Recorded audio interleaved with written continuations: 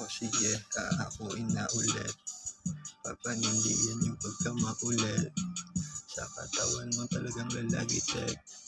Makasama ka ako lagi sa bed. Tapos kakain tayo doon sa mamahalin. Hindi na sinipinakain sa amin. Halika na pero puta, huwag kang aamin. Kasi alam mo na pinag-usapan natin talagang iba.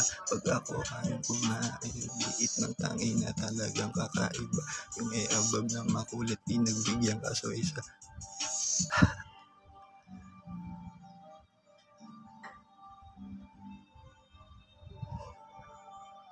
Tangina nyo. Huwag pera tas alas. Bawat uri makulit. Magkaiba tayo laro sa buhay. Tangina, target. May kami na napadala.